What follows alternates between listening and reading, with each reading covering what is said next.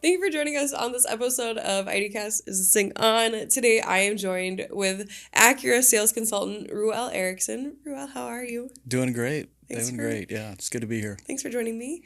Um, so you just got back from the dentist. I hate this already. Yes, I got my normal cleaning and running a little late to the show today. But kind of that middle-aged normal one day off. Got to put in everything you possibly can in the car business. Yeah. So, yeah, Is Tuesday or is today like your normal day off? Tuesday's my normal day off. Yeah. Okay, that's what I thought. I couldn't remember. Well, thank you for taking the time to come in here. Yeah. So how long? Like jumping in right away. How long have you been with Vern? So two separate locations, or actually identities, I guess. I was up at the Motoplex for about 2.5 years, 3 years. Okay. And I've always been in the car industry since I've kind of left the bike scene. And so when some things kind of changed, I took a little break to go visit my dad for a little while. And then when I got back, one of the managers called me and said, "Why don't you come back into the car world?" I'm Okay. like, "Huh, well, I like to do things a little differently." So I walked in there and kind of met folks and wanted to make sure the scene was good before I jumped into the selling cars. And then I loved it. Absolutely met some great people. Steve Eggebrotten really welcomed me in. And I know we got Damon over there. So just kind of like the family vibe, Yeah. everybody kind of working together as a team. Totally. How long have you been with Vern? So Vern Eide altogether would probably be about nine years. Okay. Yeah. How did you like get started initially with it? Yeah, so with Vern Eide, I was at other dealerships, and my background is in extreme sports, and so I kind of got, I guess, poached, or somebody offered me a position up at the Motoplex, which was awesome. I was pretty much selling smiles. I'm a high hype guy, love smiling, so that was pretty easy for me. And I pretty much rode all those machines, and of course we had kids, and we love going quick, having fun in the Yeah. dirt. So four-wheelers and side-by-sides are right up my alley. Okay. Have you been enjoying the transition to cars, or do you kind of miss the Motoplex world? Well, so when you don't bring a paycheck home because you'd rather spend it on a buggy or gear, there's some conversations with the wife where you're having too much fun up there, actually, I suppose. But the transition was easy for me because I had a background in accessories. I did that for 9 years. I've been around cars my whole life, and I just love people and cars, so Yeah. it comes pretty natural. Very nice. So with your history of extreme sports, do you want to talk about that at all? Sure. I don't think a lot of people out in the Midwest kind of know the depth of my background. So, yeah, when I was a youth, I was riding bikes, just racing, local track. Went to the regionals, won trophies, taller than myself. Didn't think much of it. Very active as a kid, kind of hyper, running around the house from a big family. Perspective, I was the one that had all the energy. Brothers and sisters, valedictorians, superstars when it comes to playing in orchestras, and I was the kid on the bike. My mom liked me on the bike. I didn't bother anybody. I could just burn off my energy. Well, eventually, I was down in California, kind of an organic show, just with another buddy. I was doing backflips at the time, one of the only ones probably in my region that I knew of that did a backflip on a bike. And a sponsor approached me, and so I rode from 2016 or 96 all the way up to 2008 as a Okay. professional extreme rider. Been Very about nice. every big contest, broke about every record and every bone in my body. Yeah. Well, that was kind of one of my next questions is obviously there's been some injuries along the way with that. What are some of the worst injuries that you experienced with your career in that? Yeah, so along those lines of riding, we did a lot of neat things. I mean, it was a new sport, so a lot of people didn't know about it. My dad actually didn't even want me in it because of the broken bones and the fear of not really having a structured sport kind of concept. It wasn't in the Olympics. That was kind of our funny, and we'll bring that back up at the end of the show. But it wasn't Olympics, wasn't traditional sports. My dad was very leery about it. Being a caliber of contracts I was getting, my mom was like, "Please go and do that so I can take some of that money and help with the other family members, being a family of 8. And of course, they had to sign them because I was underage. Under 18, so they had to sign my contract. So it was an interesting dynamic, and I'm just glad the good Lord kept me in one piece. One of my major, probably, injuries, actually, and it's kind of funny because I had a Guinness World Record for the longest backflip, longest variable, all these huge ramps that we're riding on. But the worst accident was me just riding on the ground doing 360s, which we just kind of shot a commercial of that. Yeah. But I didn't have the proper shoes on. I think I had like braided laces. I didn't really have them tied. Yeah. And my foot slipped out, and I ended up shattering pretty much 16 bones, some really gnarly surgeries. I had a Really? tension plate on there. So my junior year in high school, I got to roll around in a wheelchair for 6 months. Oh wow. So do you have like screws in your shin then, or how? I've been gradually taking them all out and putting them in a jar on the shelf. So at Okay. this point, I have, well, I guess 2 rivets on my left shoulder, but other than that, I don't have any screws. So you're half like metal. Pretty much. Okay. I retired probably between 3 and 4 orthopedic surgeons. Oh my in gosh. career, but yeah. Wow. So with all of that, did you have any others? How many siblings do you have? I had 7 siblings, so a family of 8. Okay. Did any of your other siblings have any interest in what you were doing, or is it just purely you? So at one point in time, being the person in the family that kind of had a little bit of resources, trucks, cars, money a little bit, my younger sister went on to win in the Nationals. Okay. Then she went to go play soccer, and she ended up at Florida State, playing soccer there as a full ride. She went to Bolletary with some of the money I helped send home. My mom did one local race, it was like 45 and older or something like that, but she would drop in, mainly racing. They didn't really go into the dirt scene like I did. But yeah. What's something that you like took away from your experiences with all of that that have really like kind of shaped you who you are today? I think the hard work and the desire to make something of yourself. I was kind of under the radar when I showed up at high school. The teachers were like, no, you're not an Erickson. There's something wrong with you. Your grades aren't ever going to be good. And so by using that bike, I think is just some way to find an identity and express myself. Yeah. And also just the effort that it takes when you don't have coaches and you have to do it all yourself. Yeah, absolutely. Kind of bringing it back to Vern, Eide a little bit. What has your time been like here? Like, what have you really enjoyed about your job or your position? Yeah, so what I really like about Vern Eide is I've been in a lot of dealerships in the sense of once I was one point in time I was a rep for Access Roll-Up Cover out of North Dakota, and so I got to see a lot of different dealerships, how they kind of ran, their personalities, how they work together. And when I walked into Vern Eide and kind of did things differently in the sense of wanting to see how they worked before I just jumped on board with the pay scale and other things most people look at when they get a job, was the atmosphere. It's the first time I've probably been able to walk into a dealership at the Acura dealership and say peaceful and dealership in the same sentence. Normally that doesn't work. It's chaotic. People have pompous attitudes. They're always trying to sell stuff. And that's not Vern Eide. So I almost fell in love right when I walked in and met Steve Egebrot and then some of the guys that were working there. Because I've been on both sides of the page. I've been on different dealerships, different programs. And it's just, they just don't treat people like numbers. I like that. What is a challenge that you find in your job sometimes, and like how do you overcome that challenge? A lot of this sales stuff, when you're talking about anything from selling houses to selling cars to selling whatever, toothbrushes, a lot of it you're building your own pathway to that sale in the sense of whatever work you do and how you do it. And I think the big kind of ongoing thing in your brain is why am I doing this, or like how do I create activity, or maybe I'm sending birthday cards or cupcakes to somebody, is it really helping, is it really making sense? And so you're always kind of developing your way to that success, I guess, or that amount of cars that you're hoping to sell. And so I think that's where BMX really helps, is because you kind of had to do your own sit-ups, your own push-ups. You didn't have a coach, but also that's kind of the hardest thing, I think, is trying to have enough patience to be able to do the things constantly every day to create 1 or 2 sales during the week. Yeah, makes sense. So you're one of 8. How many kids do you have? I have 2. 2. Okay. Yep. Are they into the bike world as well, or? So not necessarily. We moved out to Sioux Falls quite a while ago. The bike scene, it's snowing outside. It's 2 degrees. Yeah. Bike scene doesn't really exist out here. They have some amazing pathways, and Sioux Falls Fast has done some amazing things with the area.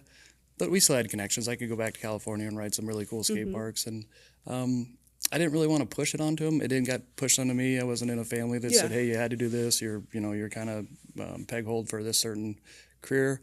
So I kind of let them just develop, and I was still doing shows. Actually, when I first got to town, I was part of Lifelight. Okay. So I was still going upside down, which is ironic for a 35-year-old probably. So my son was always around it, and he didn't really like it. I think he had a lot of pressure, being that I was his dad, and people are coming up and asking for whatever autographs or wanting to chat about the scene.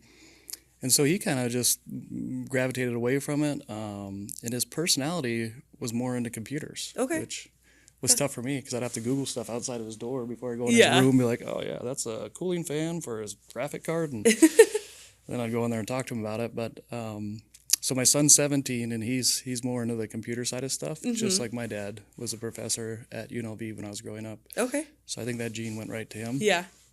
Your son works for Vern too, right? Yeah. That's fun. Is it fun working with your son? Yeah. I guess you guys don't work directly, though. Yes and no, we do. We constantly have projects. We bought a 2017 Civic Si, which is awesome. I think these youngsters never even knew about manuals, and they're getting back into it. Yeah. More of a sporty car. You know, a lot of these kids nowadays don't put up the poster of the Corvettes and the Broncos. I think they're getting back into it. So it was a really good way to be able to relate to my son. Like, you're always looking for, you know, as a father, you always want to try to spend time and useful, good, organic time together.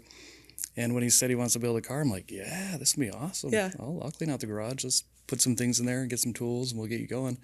And he just took off like wildfire, and that's how he kind of ended up at Honda. Yeah. He loved the car scene so much. He would come around work, and being that he has a Civic is like the best way to do it, get discounts, is go work at a dealership. Yeah.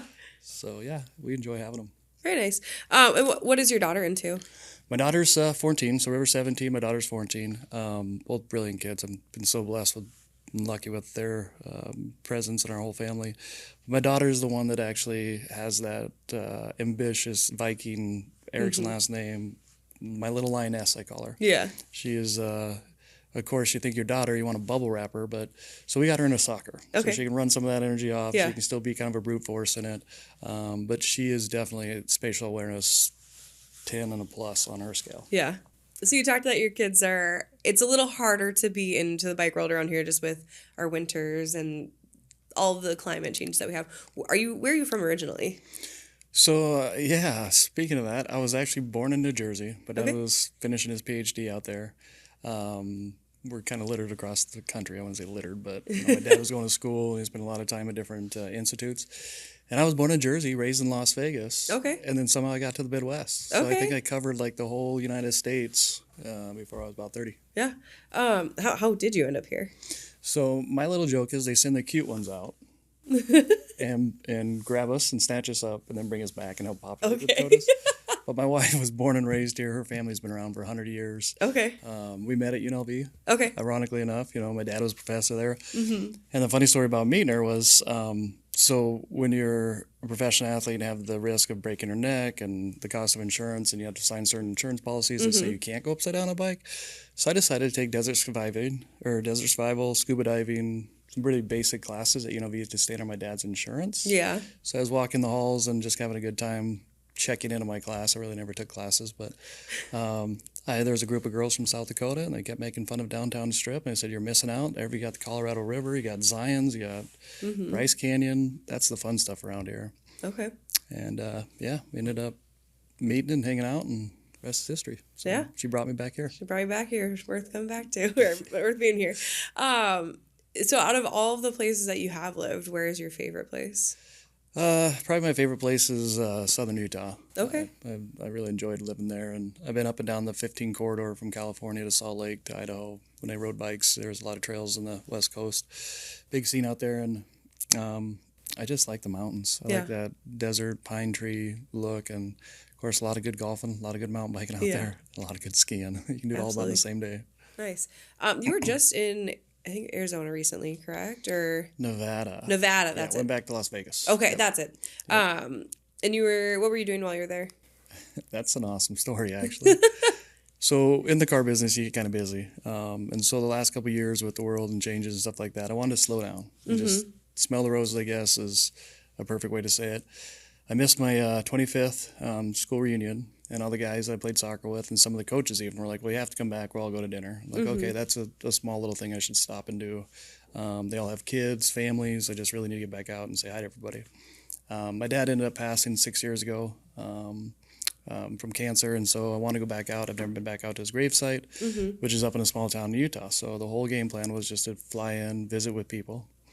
Ironically enough, you normally think you're going to get a cheap rent-a-car. I want to make this whole weekend inexpensive as possible, staying at people's houses. I think my dad up there in heaven was probably aligning what I like, and I ended up showing up at the airport, and I had a 620 horsepower GTH Hertz experience car, so that was kind of cool. So we did a few burnouts and cruised up the mountain, went to visit my dad, and spent a lot of good time with some friends. So it was kind of refreshing to go out there. Very nice. Very, I'm sure. Yeah, refreshing would be the best way to put that. Very fun. So now that you are, I don't want to say older because you're not old, but a little bit older and not necessarily Feeling a lot older than, than I look. Yeah, sure. probably not flipping upside down on a bike like you used to be. What do you like to do with your free time? So we go skiing a lot. My son's just starting to get into snowboarding. But right now it's just family dad. Yeah. We go to soccer tournaments. We're in traveling teams. I coached when she was a young daughter. You know, when you get the email that says the team won't be around unless there's a coach that wants to volunteer or a parent wants to volunteer.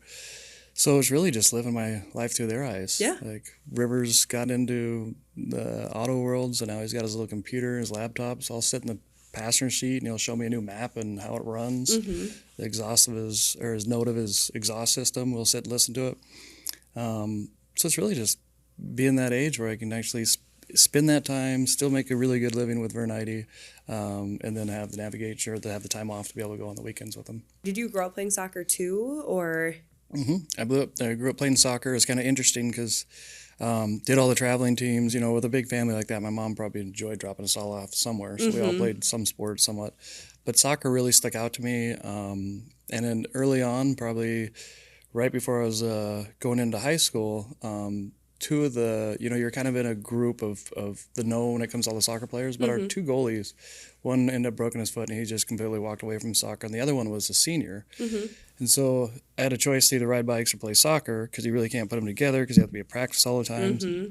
Well, all the buddies that I played with wanted a good goalie, and I played goalie, so they pretty much made a deal behind my back with the coach that if Reuel doesn't have to go to the soccer practices, can he still play the games? Because they knew they needed a goalie. And so we worked it out. Played soccer for basic high school. Ended up lettering. Somehow I went to school, played soccer, and still traveled the world and broke all kinds of records and bones and gathered a bunch of medals and money. Very nice. So traditional sports I did enjoy. A lot of my family members played soccer also. Older sister and younger sister. Where do you fall in like the birth order for your siblings? So I'm third from the top. Okay. Two older siblings, yep. Okay. It's always so funny because it's like you're not oldest, but you're not middle, but like you're kind of up there. Like Right in the middle. Yeah. Okay. So with working at Acura, what is your favorite thing with the brand, or what do you enjoy about being there?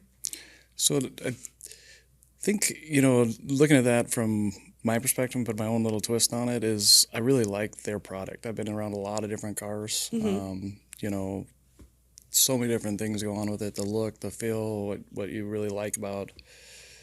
And being I'm a auto nut, Acura just makes a lot of sense for me. It's a beautiful car. You can drive it around. They have a performance side, which is phenomenal. And I shouldn't say any more of that because I don't want anybody to know what I've done on these cars. No, I'm just kidding.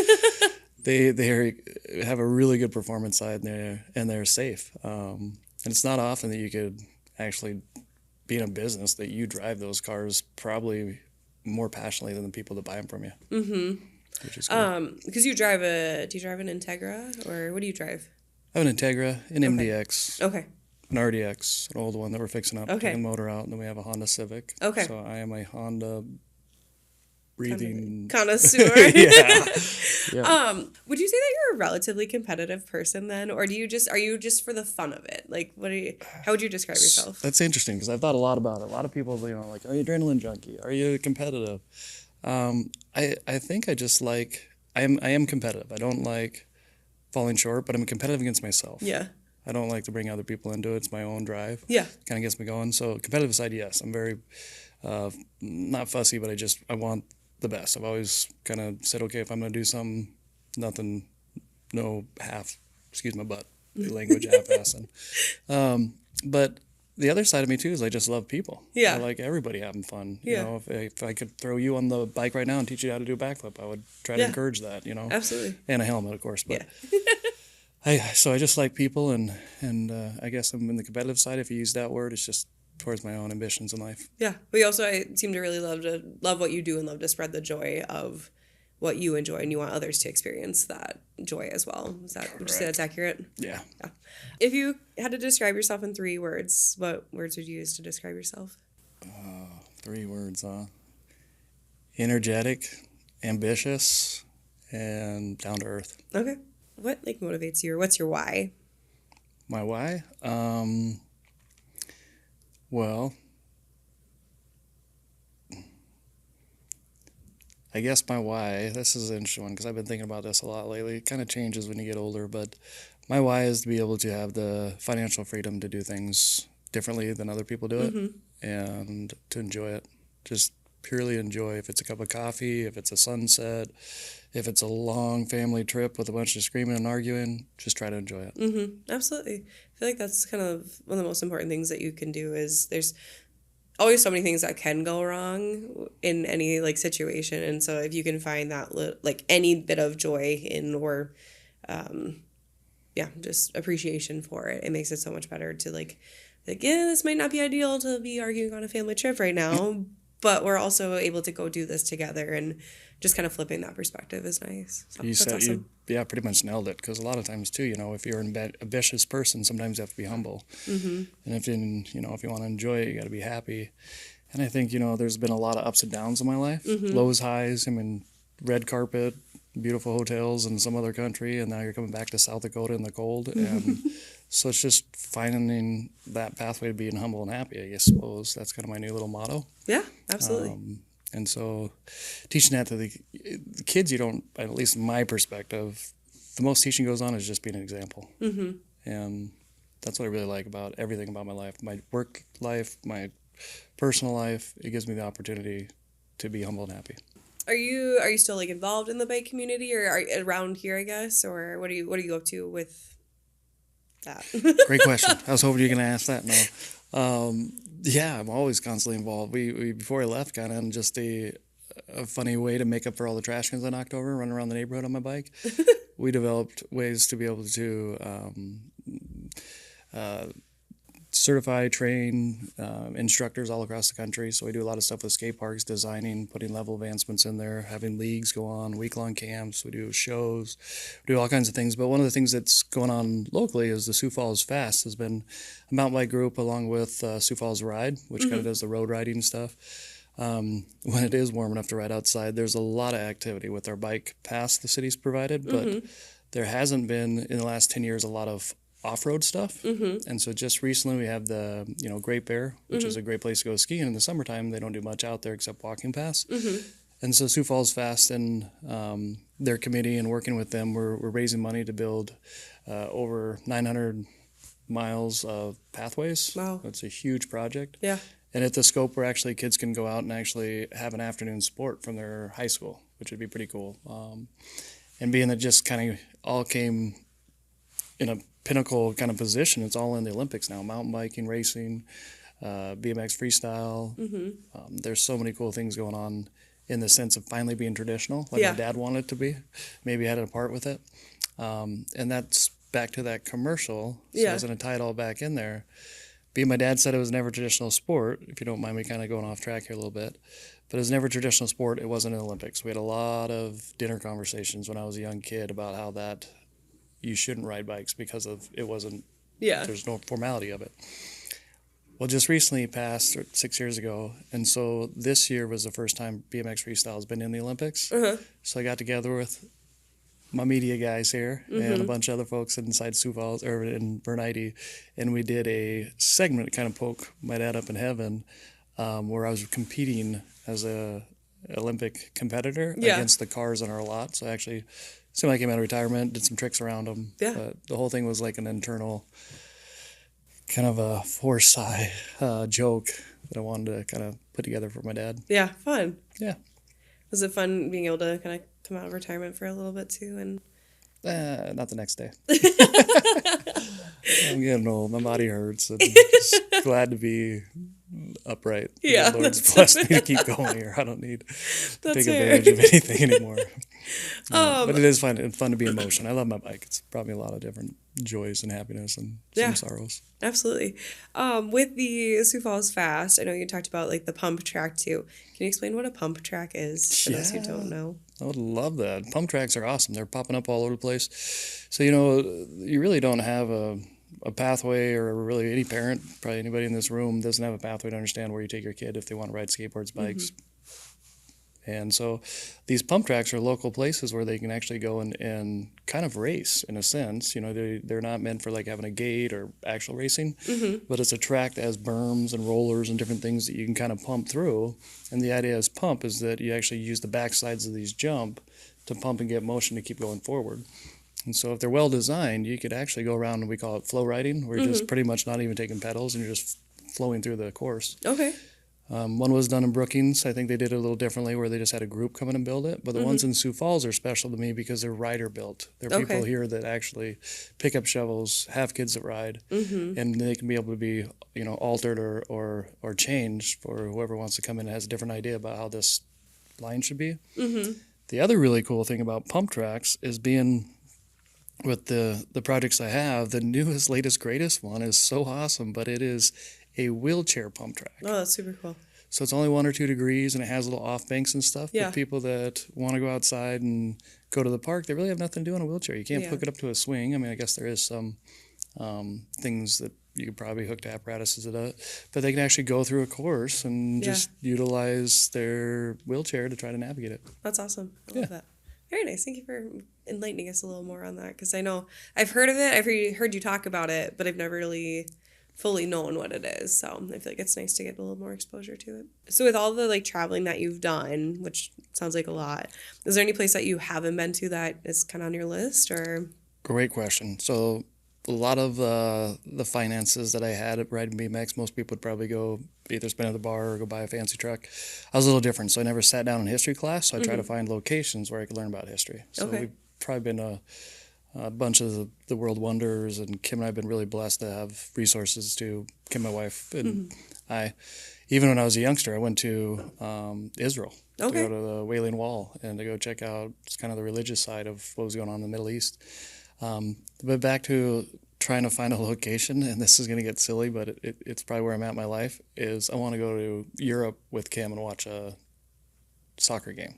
I think that sounds awesome. Yeah. So we have our favorite teams. I'm not going to disclose those, but she wants to go to that stadium, and I want to go to my stadium. Would be something that I really think would be cool. Yeah. Do you think that'll happen anytime in the near future? We got some trips planned this year, so it'll probably be next year. We try to go to the Women's World Cup in would have been 2023, but just didn't work out. It was way down there by Australia, and then the other stuff was over in a different spot, and we didn't think it was worth traveling at that time. So with all the years of riding and whatnot, have you ever collaborated with anybody or designed bikes or anything? Or Yeah, great question. So I took some of those off-the-wall classes when I went to UNLV, and even before that, I took AutoCAD, so I could design my own frame. I was actually getting paid being paid on signature frames through GT Bicycles, and then on to my second contract was Diamondback. Okay. And so a lot of the frames that I had to ride and test were a little off. Either the fork stuck out a little too far, or this would break, or this gusset didn't hold up.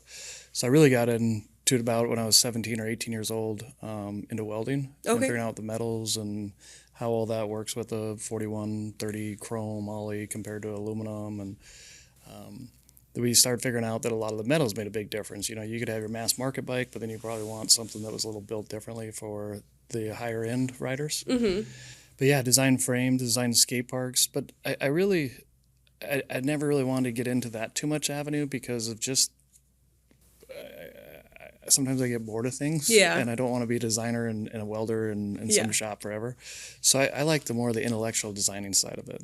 How do we put together the best kids camps or the best skate park programs or safety literature out there? So when it comes to design, done it all, welded, made buggies. We did crazy buggies to go to Dumont, designed all the suspension on them, take trucks through the desert 100 miles an hour, break them in half, come back and weld them all up.